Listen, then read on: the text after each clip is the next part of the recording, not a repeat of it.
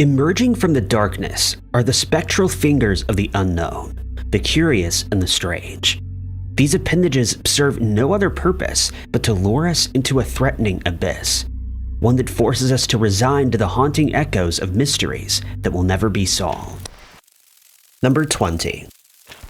There is an incredible, mystifying ancient artifact living at the British Museum that has now become the key to unlocking super-sensitive new technology that could hopefully help diagnose human disease and even detect biohazards at security checkpoints. These features all sound too specific and magical to be true, but they are the characteristics the Smithsonian Magazine describes for the colorful secret that is the Roman Lycurgus cup. At first glance, it looks like any other ornate glass chalice, another Roman masterpiece of glasswork depicting yet another legendary scene. In this case, the delicately woven gold details tell the story of King Lycurgus, or Lycurgus as some would say, of Thrace, who appears entangled in unforgiving vines. Upon discovering this chalice, archaeologists immediately found the mystery within, a mystery that became obvious instantly. Initially, the cup appears to be jade green, especially when lit from the front. But when lit from the back, something truly bizarre happens. The color changes as if by miracle. It turns into a crimson red, the color of warning, the tone of the fluid that keeps us alive. It would be this very puzzling enigma that confounded scientists for decades. Eventually, after much research, the Lycurgus cup was handed over to the British Museum in 1950, but its story wasn't over yet. The chalice remained the subject of analysis and investigation for the next 40 years, as experts sought a plausible explanation for why its color changes the way it does. That answer would come by 1990. Researchers from England managed to get shards of broken fragments, which they exploited beneath the microscope, only to discover something truly remarkable and maybe even a little bit scary. The Roman artisans were the pioneers of nanotechnology. It turns out that the makers of this cup had impregnated the glass with small slivers of silver and gold, ground as small as 50 nanometers in diameter. This is less than 1/1000th the size of a salt grain. The mixture was precise and intentional, suggesting the Romans knew exactly what they were doing. It appears that, once again, the ancient civilizations were one step ahead of us, as they've always been. They invented nanotechnology more than 1,000 years before modern science ever even considered the concept. Number 19. On the 11th of March 2011, the residents of the Japan Trench got a rude awakening.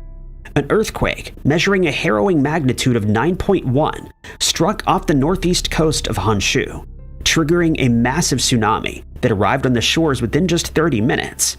Toppling seawalls and disabling 3 nuclear reactors in the days that followed. It became known as the 2011 Tohoku earthquake and tsunami event. It was a disaster that flattened houses, destroyed land, disabled the power supply, and claimed thousands upon thousands of lives. 15,899 fatalities were recorded, with 2,526 people missing and over 6,000 injured. 123,000 houses crumbled, and 1 million more were left damaged. The tsunami, towering at 12 feet and rushing at 500 miles per hour, was responsible for most of the damage. Those whose lives were spared by the harrowing event were left without homes, food, and with a terrifying picture burned into their minds forever. Accompanying the visions of the intense, traumatizing event, the statistics and damage, lies a mystery that defies explanation. It was the mystery of a wave of alleged ghost sightings and inexplicable encounters that would begin after the tsunami's destruction. Just when life on the coast was beginning to return to normal, the strange sightings started. Taxi drivers in the most affected areas, such as Sendai or Ishinomaki, reported some disturbing stories. Several drivers claimed that they would pick up passengers who would mysteriously vanish mid-drive before even reaching their destination. Often, the passengers had provided addresses that no longer existed in neighborhoods that the tsunami had destroyed. Following the tsunami, cab drivers reported eerily cold back seats and confused conversations with these ghostly passengers, often completing routes even when the passengers vanished. Other residents saw figures drenched from the tsunami, objects moving inexplicably, and electronics acting strangely. Despite skeptic claims of PTSD, residents maintained their stories, leaving a compelling and scary mystery. Number 18. Palmyra, the ancient city of palms in the Syrian desert, was a vital trade and cultural center and an oasis on the Silk routes between Asia and Europe. Incorporating its distinct local culture into the Roman Empire, it later gained independence under Queen Zenobia, forming the Palmyrene Empire by annexing parts of the Eastern Roman Empire. The city's architecture reflected a blend of Mesopotamian, Semitic, Levantine, Persian, and Islamic heritage. Despite extensive records, two questions long baffled historians. How did 100,000 people survive in the desert, and why was the city built there? Norwegian and Syrian researchers solved these mysteries in the mid-2000s. They found that the arid steppe was once green, supported by water reservoirs in Palmyra and surrounding farming villages. These communities collected annual rainfall of about 6 inches via channels to wet farmlands, providing a stable food supply. The city's location was strategic, not accidental. It provided an alternative to river routes controlled by kingdoms that charged high taxes. Persians or Parthians dominated the east, and Romans the west. Travelers seeking to evade these exorbitant river taxes cut through the desert. Seeing this trend, strategic individuals established Palmyra as a tax-free trade hub and rest stop, contributing significantly to ancient prosperity. The solution to these mysteries makes Palmyra a, quote, transparent piece of history. Number 17. Eerie and mysterious events aren't limited to churches, the skies, or the shadows of neighborhoods. These frightening occurrences can happen anywhere, and anyone can bear witness to them unfolding. The least expected place for an inexplicable occurrence to happen, though, would be a space center. For it to be witnessed by an official employee also goes beyond the line of likelihood. Yet, in 1986, this is precisely what would happen. It was a windy night in Houston, Texas, and darkness was closing in over NASA's Johnson Space Center. Finishing up for the evening was NASA's archivist, Frank Shaw, who had just ended his shift and was heading towards his car in the parking lot. It had been quite an uneventful day in the office. For Shaw, though, his day was about to get much more interesting, but not in the way that he would have expected, because as he neared his vehicle, the archivist stopped after seeing something move out of the corner of his eye. His head tilted upward, aligning his eyes with the top of the massive Johnson Space Center building. He squinted at something that sent chills rushing down his spine, and wished that he'd climbed into his car quicker. Perched at the very top was a sight that instilled nothing but terror. It was a never-before-seen creature, large and jet black like the night. It had massive bat wings resembling a gargoyle. Frozen with panic, Shaw could do nothing but stare at it. It was as though every nightmare had manifested right before his very eyes, and the fear that accompanied them coursed through him. The creature seemed to notice Shaw, and its piercing eyes locked with his. The archivist later claimed that it felt as though the gargoyle was enjoying the panic that it had caused. The being then spread its wings and let off a crackling sound as it flew into the night. Several more minutes would go by before the man was able to calm himself enough to move. He climbed into his car, shaking, and began the journey home. At home, the family was waiting for his arrival. He was later than usual, instilling concern among them.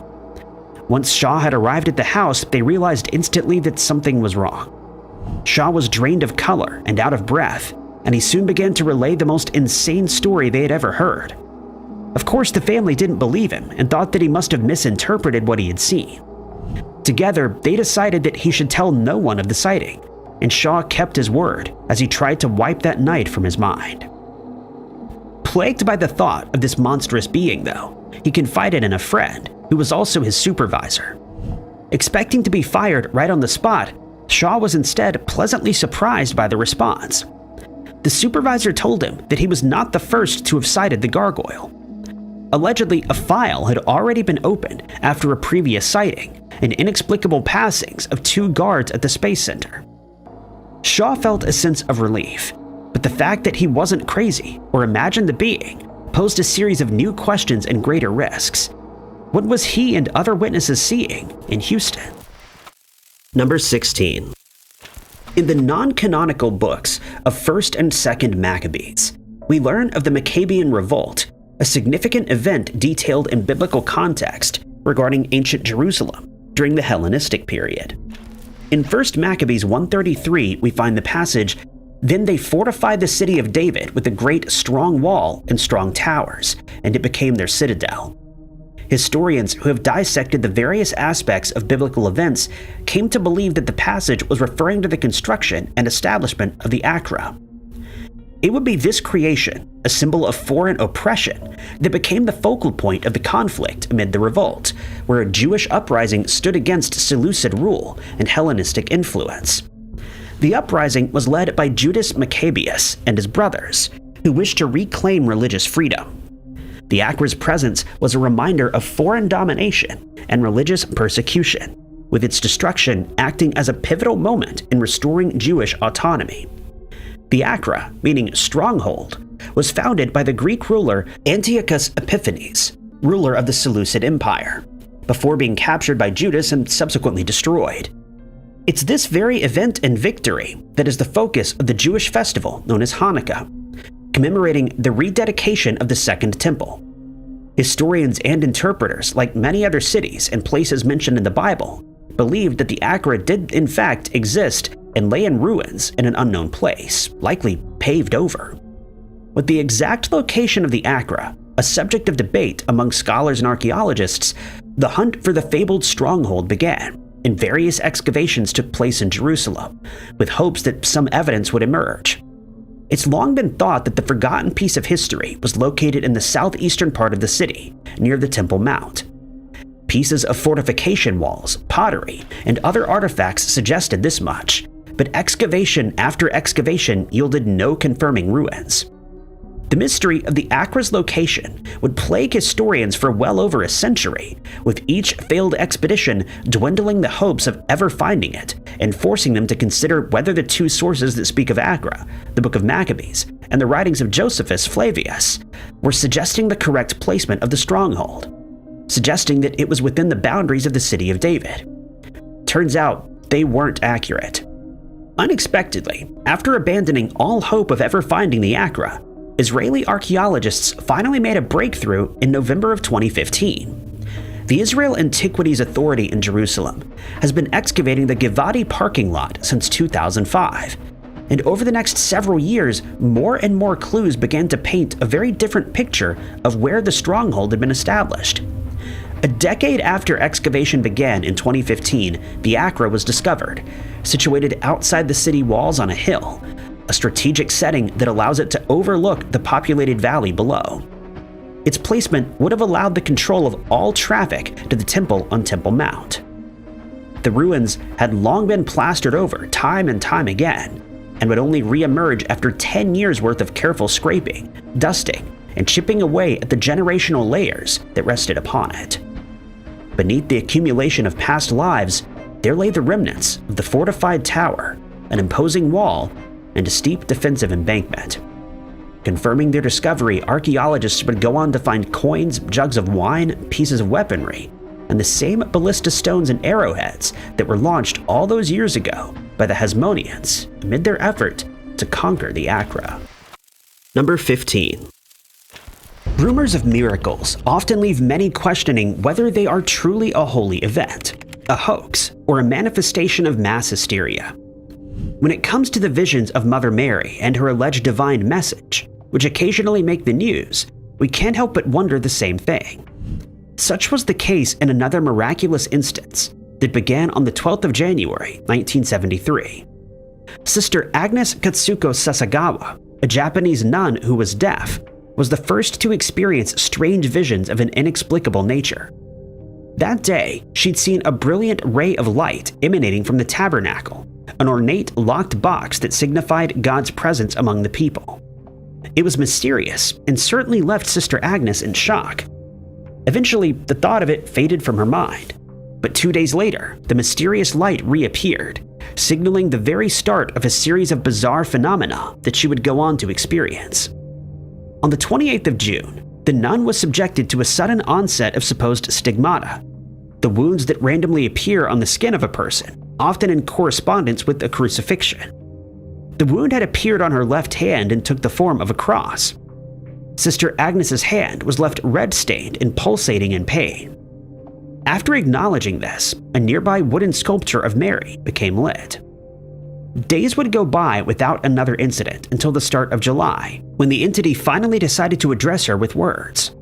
While praying in the chapel, a blessed Virgin Mary statue, carved from a single block of wood from the katsua tree, became the vessel for a message.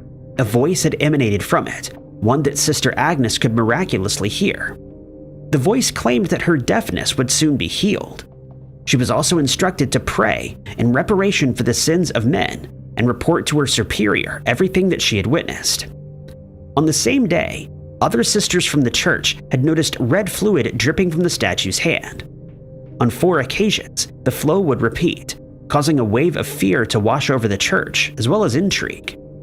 Allegedly, the wound that dented the hand of the statue remained there for months before it enigmatically vanished on the 29th of September. The sisters then noticed that sweat had begun to form on the Virgin Mary's neck and forehead. A few days after that, Sister Agnes would receive a second message. This time, the voice explained that an anger that was growing in the Lord suggested a great chastisement was going to be inflicted on all mankind. Again, the nun was instructed to report to her superior what she had been told. On the 13th of October, Sister Agnes would receive her third and final message from the apparition, which was dubbed Our Lady Akita. The voice began by stating that the message would be forwarded to her superior. She allegedly explained that men do not repent, nor do they better themselves, and for this the Father would be inflicting great punishment on humanity. The nun claimed that the voice told her that a demon would harvest many souls, and there would be no pardon for the increase in sins. The words, brought to the rest of the sisters and their superior, evoked fear. It was threatening, and what made it even more harrowing was the alleged vital fluid that would flow from the statue's eyes for the next 6 years, before abruptly stopping. An investigation was launched into this event, and the Japanese Catholic Church recognized it as authentic. They believed it to be a holy happening, but those of the scientific community couldn't wrap their heads around it. What truly took place here? Was it all a hoax, as many of them have turned out to be? Or was there something more sinister and threatening at play here? Number 14. Modern Illinois was home to Cahokia, an ancient city known for its unique culture and massive earthen mounds used for homes, burials, and ceremonies. Around 120 mounds spanned a 15 square kilometer area, supporting a bustling community of farmers, artisans, and astronomers. Cahokia began in 700 AD, expanding by 1050 AD into a metropolis larger than London or Paris. But just 200 years later, the entire civilization inexplicably vanished, leaving behind only the earthworks. For centuries, the fate of the Cahokia people remained a mystery, with theories limited to political or environmental disasters lacking concrete evidence. In the early 2020s, the mystery was solved by examining Horseshoe Lake near the city center, a crucial feature previously overlooked by experts. Dredging the lake for evidence of human activity revealed that Cahokia had regularly flooded before its founding, a threat that temporarily subsided, allowing the city to flourish. Unexpectedly, around 1200 AD, the intense flooding returned. Sediment cores revealed a thick layer of silt from a flood severe enough to destroy crops and homes, forcing the evacuation of at least 15,000 people. Although the collapse wasn't immediate, continued flooding and troubles led to the civilization's slow decline, with the remaining people integrating into other communities until Cahokia vanished from the historical record. Number 13. Tsuruhiko Kyuchi led an interesting life. He was a writer and a comet hunter who discovered 4 comets in his lifetime. One of those comets was even named after him. Trying to find these celestial objects isn't easy, since they emit less light than stars. Kyuchi was therefore considered to be a great cosmic snowball hunter. But there was something even more remarkable that propelled this individual to infamy. a mystery so bizarre that scientists are still left baffled by his story. His story began in 1977 when he was 22 years old and working in the Japan Air Self-Defense Force. As a flight dispatcher, he oversaw aeronautical operation control, specifically for the Hyakuri Air Base in Omitama, Ibaraki. One evening, while at work, Kyuchi was overcome with an intense pain radiating from his abdomen. His coworkers were quickly alerted and he was rushed off to the hospital. At the hospital, Kyuchi was diagnosed with a duodenal obstruction. This condition can prove fatal, a symptom that the young man wouldn't be able to evade. After several minutes of trying to resuscitate him, he was pronounced deceased. And that was that. The doctors took off their scrubs and preparations were being made for the body. 30 minutes later, the hospital staff were already back to their usual routines. Then, something truly inexplicable happened. Kyuchi woke up. He was revived as if he were in a deep slumber, but he wasn't. Several doctors were present upon his passing, and their efforts to revive him were futile. Though many would expect that Kyuchi, having been gone for so long, would have some level of brain damage or other health concerns, he was perfectly fine except that he had a rather bizarre encounter during his near-eternal rest. Upon arriving in pitch darkness, Kyuchi spotted a light in the distance. That light ended up being a tunnel that he found himself inexplicably drawn to. Upon entering, he was transported into a new scene, one filled with flowers and a lush, blossoming grassland. Most incredibly, Kyuchi claimed to have full sensations of his body. He walked barefoot and could feel the soil and grass beneath his feet. He soon discovered a river with a boat that bobbed in it. He got on and used his hands to paddle, a strenuous activity that left him feeling worn by the time he'd reached the opposite side. When he arrived on the shore, Kyuchi realized he wasn't alone. Already 5 strangers approached him, one of whom asked why he was there. The man was too stunned to speak and didn't know the answer himself. The woman of the group would lead him to a mountain, and it was there that he figured out who these strangers were. They were his deceased cousin and grandparents. Following this revelation, Kyuchi was met with a face on the mountain that told him something he could not recall. Moments later, Kyuchi found himself waking up in the hospital. He could allegedly feel that his breath and heartbeat had ceased, but he was not yet back in his physical body. His family, who surrounded him with tear-stained cheeks, couldn't hear a word he said. Kyuchi even followed his mother out of the room and overheard her speaking to his sisters, informing them of his passing. Once Kyuchi reanimated and the family was left stunned, he was able to recall the conversation that he had heard his mother have with his 2 sisters. They were all left dumbfounded by this proclamation. In his wake, Kyuchi began to recall other events that he had experienced.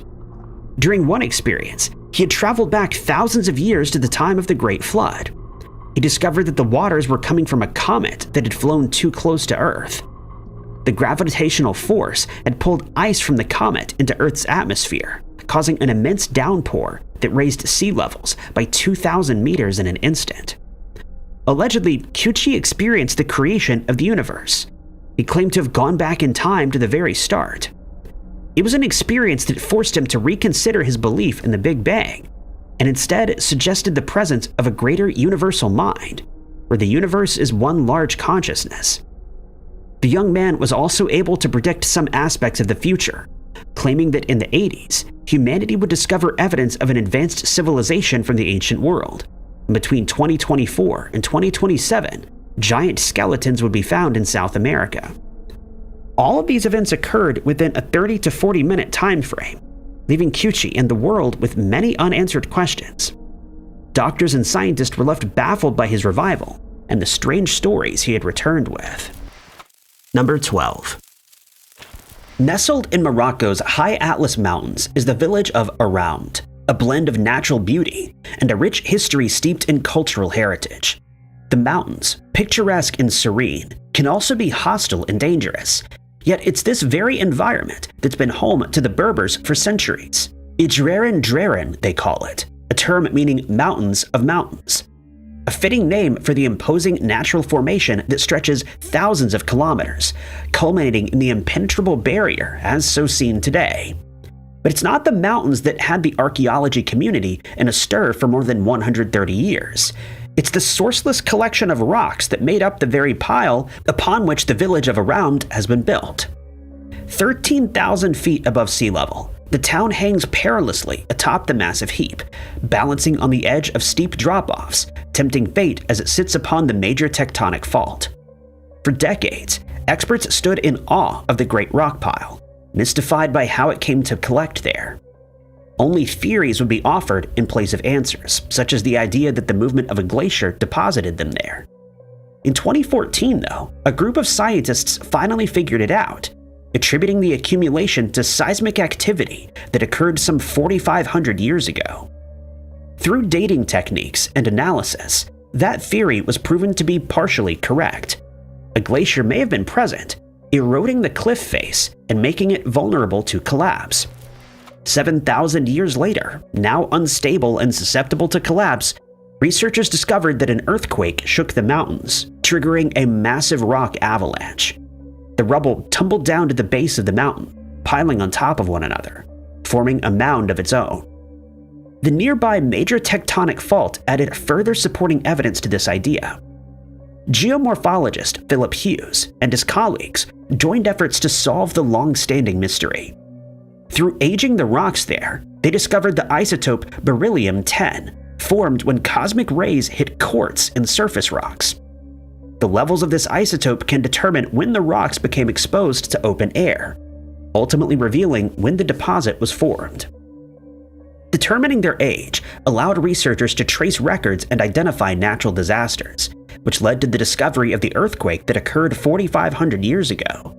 The destructive avalanche and the no longer mysterious rock pile offered the perfect site for a village to be built upon. But beyond this former enigmatic element, there exists more mystery in Around, with several mysterious ailments being documented among those who visited there. Some even say the land is cursed. Number 11. What really crashed in Varginha, Brazil? This is the question that became the talk of the town in 1996, amid the Varginha incident, Brazil's very own Roswell, which left the community concerned and searching for answers that they would never find. The city, in Minas Gerais, southeastern Brazil, was home to 100,000 inhabitants, and a significant portion of them began to make bizarre claims, which led to extensive media coverage and a thorough investigation. It all began on the 13th of January, 1996, when Carlos de Souza was heading to Minas Gerais from Sao Paulo. He was intending to meet up with some friends for the day. They had plans to go flying in some planes. During the journey, though, Carlos would bear witness to an inexplicable event. He spotted a strange cigar-shaped object heading right towards him. He couldn't figure out what it was, but its rear had suffered some extensive damage. To him, it looked as though it had been fired at. The object was 300 meters above the ground and was losing altitude rapidly. Just before reaching the highway, Carlos watched as it made a sudden full turn, flying in the opposite direction, gliding momentarily, and then crashing straight into the ground. Carlos pulled over and made his way to the site where he saw the UFO go down. He found that it had crash-landed near a white house. It was leaking a chemical that burned 40 meters of grass. The object that he'd seen was about the size of a school bus, and it now had debris scattered around it as it lay embedded in the dirt. Carlos detected an ammonia scent and found a strange self-reforming foil-like debris. The military arrived and ordered him away. A week later, students saw a creature near a gymnasium, but the military quickly blockaded the area. That same afternoon, a group of 3 women proclaimed to have seen a bipedal creature of unearthly origins. It was crouching on a small piece of abandoned land in the city. It was 5 feet tall and had a large head. They claimed that it was thin, with brown and oily skin. The day would end with several inexplicable extraterrestrial sightings and at least one UFO report. The strange, distressing ordeal remains unexplained and continues to unnerve those who hear it. Number 10. Making it onto the list of the 7 most mysterious archaeological finds on Earth was the Gospel of the Lots of Mary, an artifact that certainly fit the list at one point. The book was at least 1,500 years old and contained an undecipherable gospel. Many had tried to crack the code of this ancient manuscript, but all would fail. The book was written in the ever-mysterious Egyptian Coptic language, which uses the Greek alphabet. Since its discovery, it's believed that, like other Gospels, this Gospel describes the birth, life, and death of Mary's one and only Son. This was merely an assumption, as the language used to encode the secret passages was undecipherable. Eventually, the Gospel of the Lots of Mary faded from public view, while still occupying a great deal of space in the minds of a few historians. Historians were particularly fascinated with this miniature booklet and set out to uncover the truths that it kept concealed in its pages. In February of 2015, their hard work would finally pay off, with the title "Previously Unknown Gospel Has Been Deciphered," dominating online news headlines. They discovered that the Gospel of the Lots of Mary is like no other manuscript. When researchers first translated the Coptic word for gospel, they too assumed it was nothing more than a biography, but they continued to dissect each portion, and they were left with the surprise and an unrelenting question. Is the Gospel of the Lots of Mary about forbidden oracles? The opening paragraph certainly did mislead the reader. It read, quote, "The Gospel of the Lots of Mary, the mother of the Lord Jesus Christ, to whom Gabriel, the archangel, brought the good news. He who will go forward with his whole heart will obtain what he seeks. Only do not be of two minds."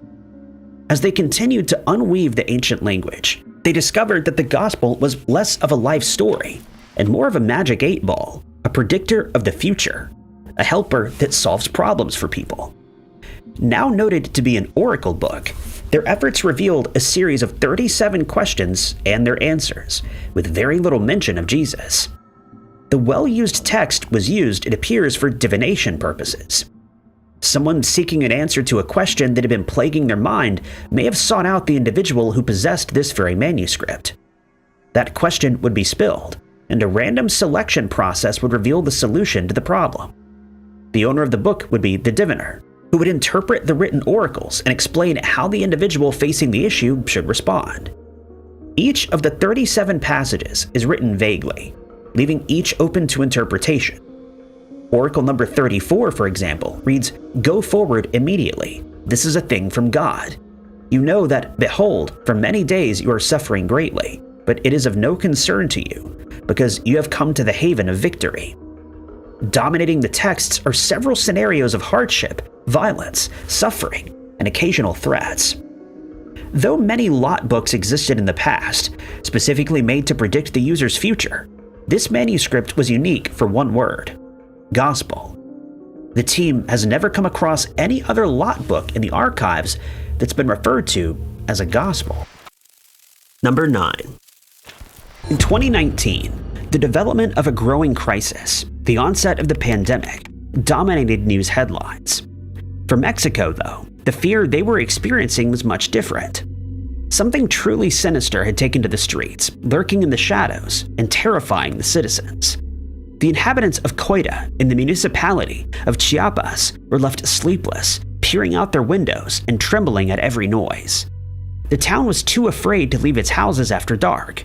They believed that there was something stalking the shadows, waiting for its opportunity to pounce. What made this mysterious situation all the more terrifying was that the stalker was believed to be inhuman, something of supernatural origin. Independent reports began flooding into the police station, and the officers were forced to issue public warnings, which would unleash panic upon the residents. The descriptions of the creature claimed that it was 6.5 feet tall, emitting an unpleasant odor, was impervious to bullets, and could leap 9 feet into the air. The reports were describing a werewolf in Coita.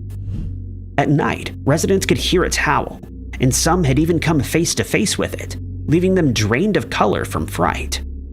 Inhabitants had spotted the dark creature walking on rooftops and neighboring houses. They watched in fear from their windows, partially concealed and hoping the beast didn't spot them. Physical evidence of the creature also began to emerge. They took the form of elongated paw prints and inexplicable scratch marks that dug deep into the hard earth. So real was the belief that a werewolf was roaming the streets that in the dark of the night, bangs from firearms would ring out. Some brave residents were fighting back against the being while instilling more panic through the community. A pastor of the local church even instructed people to place candles outside their homes, believing that it would bring them peace and ward off this mysterious entity. Police investigated accumulating werewolf reports in Coita's Aguají area, finding disembodied footprints with 10-foot strides, larger than a human. Recognizing danger, police actively investigated. In April of 2020, 3 officers in Barrio Nuevo responded to howling and werewolf sightings. They witnessed a creature that jumped a 6-foot fence and walked on rooftops, confirming citizen reports. The lack of recordings and images of the Coita werewolf, though, raised skepticism. Without physical proof in the form of a photograph, the existence of the werewolves was left to be a mystery. Local explanations soon arose, ranging from jaguars and ocelots to bats and owls, with some suggesting that eyewitnesses were merely confused in the darkness. The werewolf of Chiapas was damned to be a lasting mystery. Was it collective hysteria, a local animal, or was it something more sinister, a creature of folklore and fear? Number 8. The fascination with giant reclusive apes like Bigfoot and the Yeti may be rooted in history. Before the arrival of Homo sapiens in Asia, the largest known primate, Gigantopithecus, existed. These extinct apes, standing 6 to 10 feet tall and weighing 440 to 1,100 pounds, roamed southern China during the Pleistocene epoch, possibly extending into Vietnam and Thailand.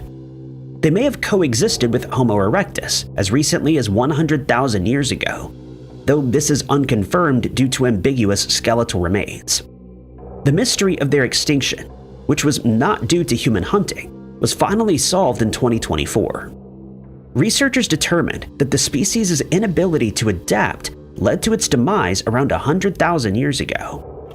Analysis of ancient climate and fossils revealed that Gigantopithecus was too large and too specialized of a feeder to survive the climate changes that came 700,000 to 600,000 years ago, when the region dried out, turning canopy forests into shrub-filled grasslands. Their preferred diet of fruit then became scarce. The wear on their teeth shows they resorted to less nutritious bark and dry twigs out of desperation. Unlike smaller primates that adapted by taking to the treetops for new food sources, the Gigantopithecus's massive size and slow pace prevented adaptation, ultimately leading to their extinction. Number 7. Paul Harley was a family man. He had a wife, 3 children, and grandchildren. In 2014, he was working as a network rail welder, providing for his family. In the years leading up, the then 53-year-old had disappeared on numerous occasions. He was said to be suffering from mental health struggles, causing him to walk off randomly. But he was always found quickly and offered support by his family, who both loved and cared for him. One Sunday, though, the life of the Harley family would change forever. It was the 28th of September 2014 when Paul walked away from his home on Whiteford Avenue in Dumbarton. This time, though, something was different. The man decided not to take his mobile phone, bank cards, or house keys with him, as he had done previously. Once the family realized that he wasn't coming back, they reported Paul missing to the police department. Investigations were carried out, but the missing man was also an adult who left on his own accord. There was not much they could do to find someone who simply didn't want to be found. The hopes of ever locating Paul began to dwindle as the months passed. Even so, they were desperate to figure out what had happened. Believing that their father would never leave them behind, the children made every effort to uncover the mystery. Their search for answers included the use of private detectives, public appeals, and even psychics. The family didn't believe in psychics, but they were adamant in making use of any and every resource available to them. Some of those clairvoyants claimed he was, quote, gone, and others suggested he was in water. No one could determine where he was or the nature of his fate. The search was branded as a nightmare by his children, who were left heartbroken at the lack of revelations. Months turned into years, and soon the last fragment of hope was gone. Paul Harley was missing, and he didn't want to be found. The years dragged on with no new information, no sightings, and no body. Then something bizarre happened. In 2021, a picture began to circulate, originating from Glasgow. The picture was of a man dressed in warm clothing, sitting in the snow as flakes fell around him. And even though they couldn't see his face, Paul's family's hope was reignited. A Glasgow charity offered a shelter to a homeless man in 2018, whose photo circulated, believed to be Paul Harley, missing since 2014. His family traveled to Glasgow, only to learn the photo was old. Despite possible sightings, a campaigner claimed the man in the photo didn't want to be found, but couldn't confirm if it was Paul. Paul vanished days before a planned move, making his disappearance even more perplexing. Number 6. El Niño and La Niña are climate patterns that occur only in the Pacific Ocean, yet they can affect weather on a global scale. During regular Pacific Ocean conditions, the trade winds blow in a westerly direction along the equator. The waters warm from South America and subsequently move towards Asia. To replace this warm water, a process known as upswelling brings cold water from the depths of the seas to the surface. El Niño and La Niña are opposites of one another, two climate patterns that break the norm. Episodes of either of them can last anywhere from 9 to 12 months at a time, occurring every 2 to 7 years. Both cycles are known to cause wildfires, affect weather, and impact ecosystems as a whole. El Niño is found to occur more frequently and is characterized by weakened trade winds. The warm water is pushed back towards the west coast of America. The term means little boy in Spanish and was first noted back in the 1600s. The occurrence is known to significantly affect weather patterns, causing dry spells in some regions and flooding in others. Through unfaltering analysis, researchers and scientists have learned a great deal about these climate patterns, which should sound like bizarre, inexplicable phenomena. But we know almost everything there is to know about them, so where does the mystery come in? It turns out when researchers made their assumptions and assertions about El Niño, they became far too confident in their ideas. Scientific models attempting to explain the fluctuations suggested that the Earth's bobbling through space was the cause of these unpredictable events. It was claimed that varying levels of solar radiation affect the strength of these occurrences. The models insinuated that past events were typically weaker than those we experience today. But recently, this very idea has been challenged, and an unexpected element has emerged to provoke the narrative: seashells. Researchers believe that they had accurately mapped out the past transgressions of El Niño events, but an unassuming cache of seashells suggested otherwise. By analyzing a great pile of shells that were discarded by the indigenous people of what is now modern-day Peru, thorough evidence, a climatic record of sorts, emerged. Scientists were looking into the oxygen ratios within the shells, only to find something daunting. They didn't match the patterns predicted by the models the community had been using to base their assumptions.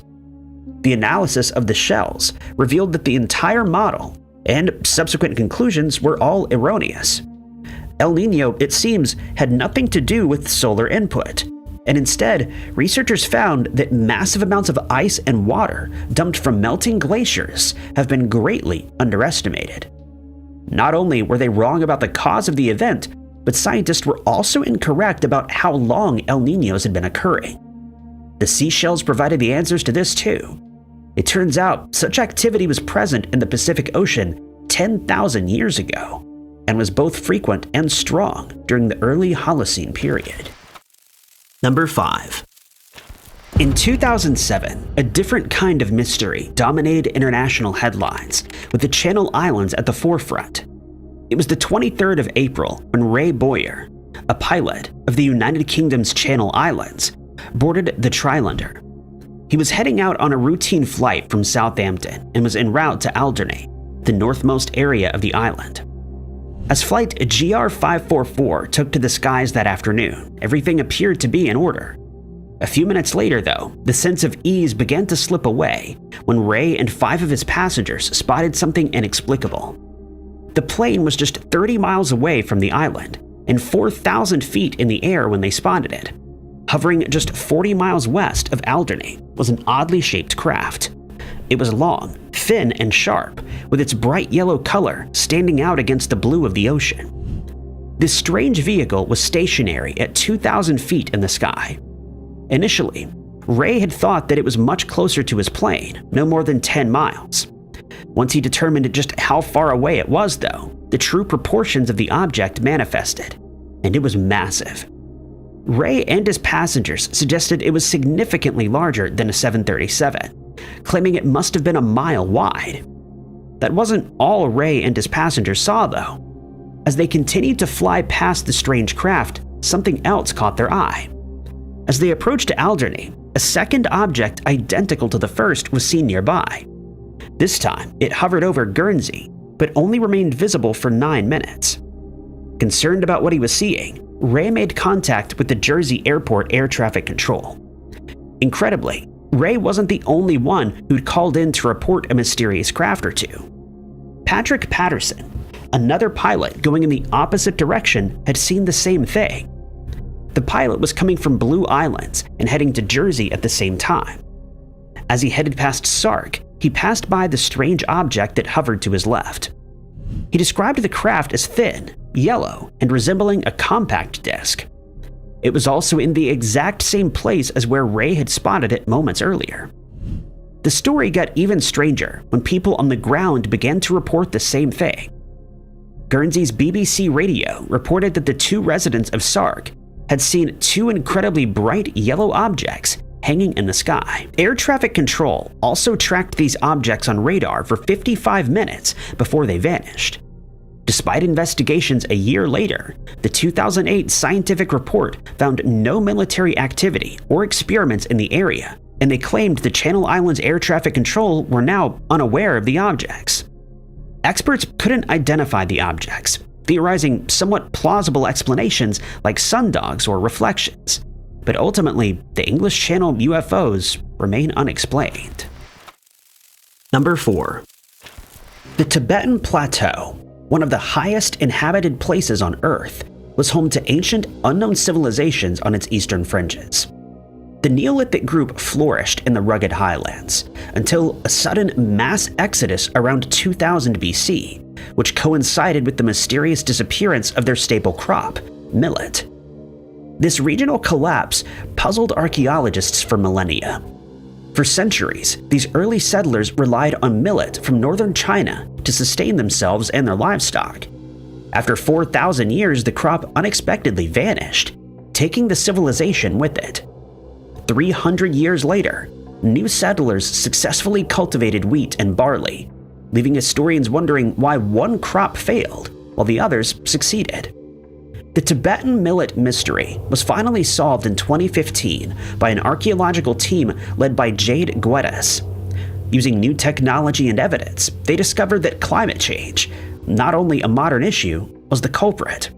Millet had thrived during the warm Holocene climatic optimum, but around 2000 BC, a sudden cooling period made its cultivation impossible, as published in the Proceedings of the National Academy of Sciences. With their main food source gone, the original inhabitants were forced to abandon the plateau.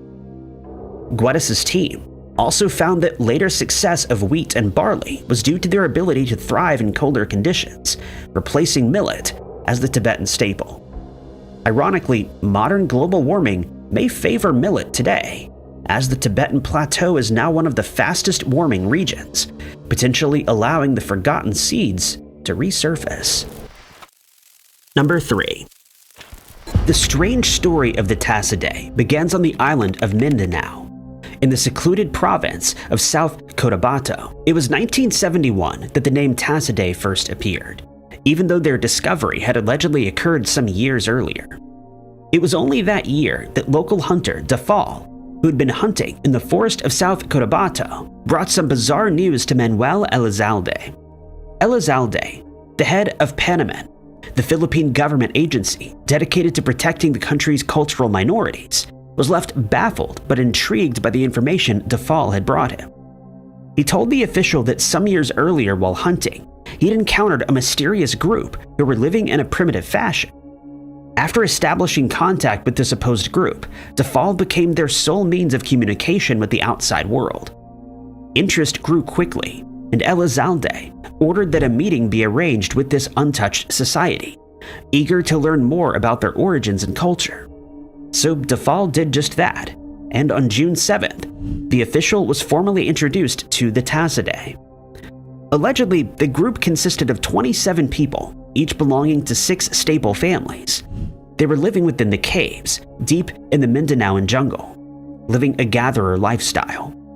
Their technology was akin to that of the Stone Age, leading Elizalde to believe that they were the last survivors of the Stone Age era, completely untouched by modernity. Any tools they had were made from wood and stone. They had no agriculture, no hunting skills, and no weapons for war. Following the meeting, Elizalde would publish his findings, describing this mysterious group as peaceful, with no means or words for war or weapons. They harbored no hostility and lived untouched. That year, the discovery of the Tassidae was overshadowed by the ongoing Vietnam War. Images of violence and headlines suggesting new fatalities dominated the newspapers. But for National Geographic, this discovery would dominate their independent headlines. A 32-page cover story in a National Geographic magazine and a documentary were released a year later. It spoke of the Tassidae, the meeting, and their primitive culture. Of course, with the information being released to the public, no one was going to leave the Stone Age society to its own devices. Allegedly, celebrities such as Charles Lindbergh and Gina Lollobrigida headed to the forests, hoping to catch a glimpse of the enigmatic group. Photographers and journalists also dominated the jungles, reporting, photographing, and disturbing the environment. Then came the 11 anthropologists, none of whom would stay for longer than 6 weeks at a time. Access was being controlled by Elizalde, who sought to protect the find while still profiting from it. Then, just as abruptly as they had appeared, the Tassidae were gone. In 1976, a ban was imposed on all visits to the people of the forest. It was instituted by President Marcos. For the next 10 years, all updates on the Tassidae would cease. Most people began to forget about the bizarre stories they'd heard, and the concept of a Stone Age society faded from view. In 1986, the People Power Revolution ousted the president, allowing access to the Tassidae tribe once again. Upon investigation, the tribe was gone, with members found living among local communities, leading anthropologists to declare the Tassidae a hoax. But American linguist Lawrence Reed later spent 10 months with the Tassidae, finding them genuinely isolated with unique agricultural practices and a distinct dialect. He theorized their isolation for at least 150 years, not 1,000, and their language was related to Manobo. Elizalde, who had fled, returned and even helped the Tassidae win a lawsuit against professors who labeled them a hoax, leaving the truth about the tribe a mystery. Number 2. The Front Curtain opens in the 1930s, with tensions rising, and it culminates in the theatrical performance that is our lives. It was the dawn of the Second World War, and the global conflict between the Axis powers and the Allied powers had reached a tipping point. It would be Germany's inflammatory decision that would lead to the inevitable collapse that saw unnecessary massacres. In 1939 Germany, under dictatorship, they invaded Poland, and what followed was the most fatal war in all of human history. 60 million demises, genocide, and the first use of nuclear weapons in history. For obvious reasons, these events were the most well-known. They dominated the historical conflict and served as a veil that concealed lesser-known undertakings that were just as atrocious. In recent years, we've learned that not only did the German soldiers abuse, torture, and slay their opponents, but they also stole important treasures, notable artworks, and irreplaceable artifacts. They also had a penchant for burning books. When the soldiers did find themselves with free time, they would also partake in the not-so-well-documented destruction of heritage sites and properties. This was the unmistakable purging of culture, a hallmark of totalitarian regimes. Among the key establishments reduced to rubble and dust was the Königsberg New Jewish Cemetery. The cemetery, a final resting place for the deceased, was located in Kaliningrad and had been in operation for only 10 years, opening first in 1928. It was host to an incredibly designed funeral hall, the creation of Erich Mendelsohn himself.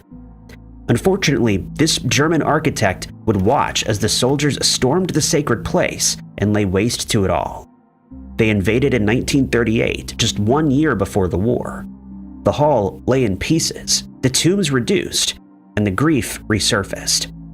Eventually, the destruction of Königsberg Cemetery would fade from our collective memory, not even making it into the history books. But for several decades, the rubble would remain, a reminder to the people of Kaliningrad of the disturbing acts that took place there. In 2010, though, the historical site once more caught the public's eye. Jewish individuals who were part of a historical society in Berlin decided to inspect the area after discovering that something had long gone unnoticed. As they sifted through the clutter of stones and dusted away the leafy debris, they would find something untouched by the dictatorship. It was a singular gravestone toppled onto its back. A name was written on the back: Jacob Klimowski. According to the Historical Society, the Jewish Klimowski family was known to them, but that's about where the information ends. The researchers found no further clues about who this arcane individual was.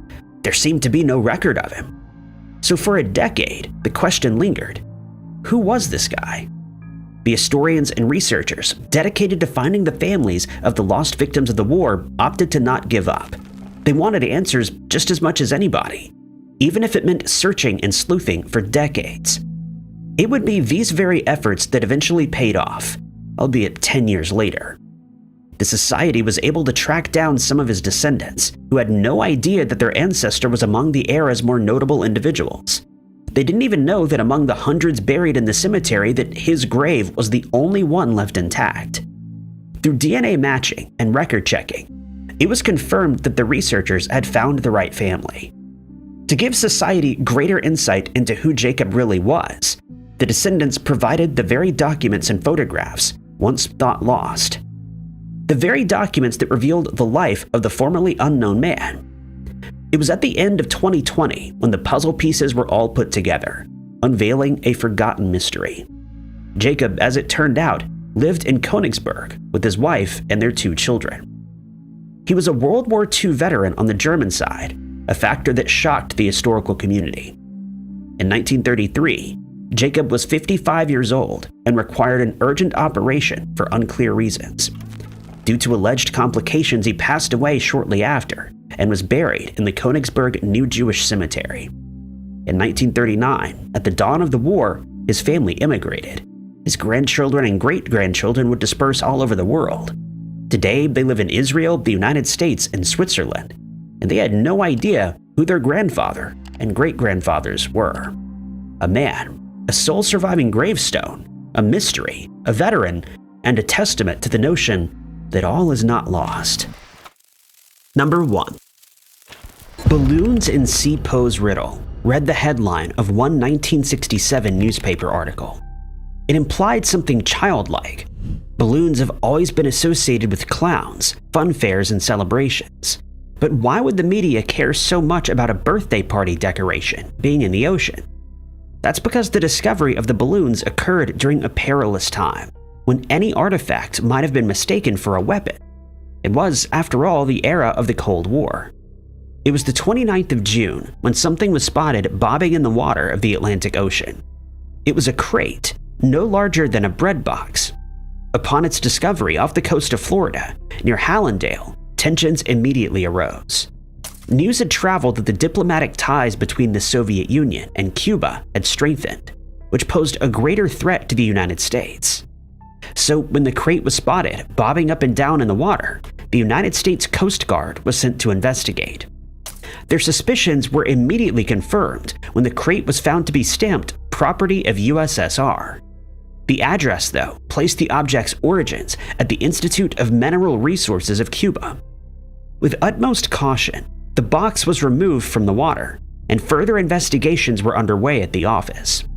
Slowly and carefully, the crate was opened, and inside it was something certainly baffling. A riddle, as the headline had suggested. 7 yellow balloons lay within the crate, each with a black rubber stopper attached. Immediately, this was noted as strange and possibly ominous. but more questions were yet to present themselves. When authorities took a closer look at the crate, they found a weight listing on it. The total package weighed 50 kilograms, or approximately 110 pounds. When it was weighed, though, it only totaled 13.6 kilograms, or 30 pounds. A significant amount of weight had been lost. Where did the rest of it go? It was soon determined that the crate had been drifting in the waters for up to 8 weeks, having allegedly been shipped from Leningrad, Russia.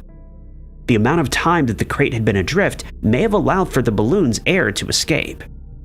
The suggestion of the balloons having once been filled posed a mystery.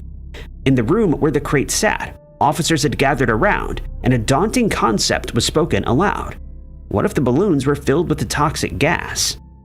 This suggestion, of course, wasn't out of the realm of possibilities. The Cold War era was violent, and any means of utmost destruction would have been explored by any party involved.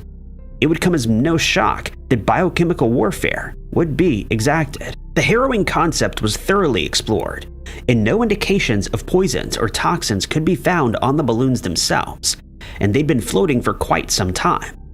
No coastal areas reported any indications of air poisoning, but the onset of symptoms may have gone unnoticed or passed off as the common cold. With no evidence to suggest any solid narrative, the 7 yellow balloons were placed in the archives, awaiting more evidence to suggest some sort of explanation. In the interim, some 200 kilometers away in Marathon, a second crate, identical to the first, was discovered adrift. The fear had returned. Scientists were called into the matter and determined that the contents filling the balloons in the first crate was nothing more than air, only deepening the mystery further. Despite extensive investigations and appeals for information, no explanation ever materialized, leaving the 7 yellow balloons of the Soviet Union an ominous enigma. Thank you guys so much for watching. If you liked this video, be sure to hit that like button. Also, don't forget to subscribe and click that notification bell to keep up to date with all of our future uploads. But my name is Ty Knotts, and I'll catch you guys in the next video.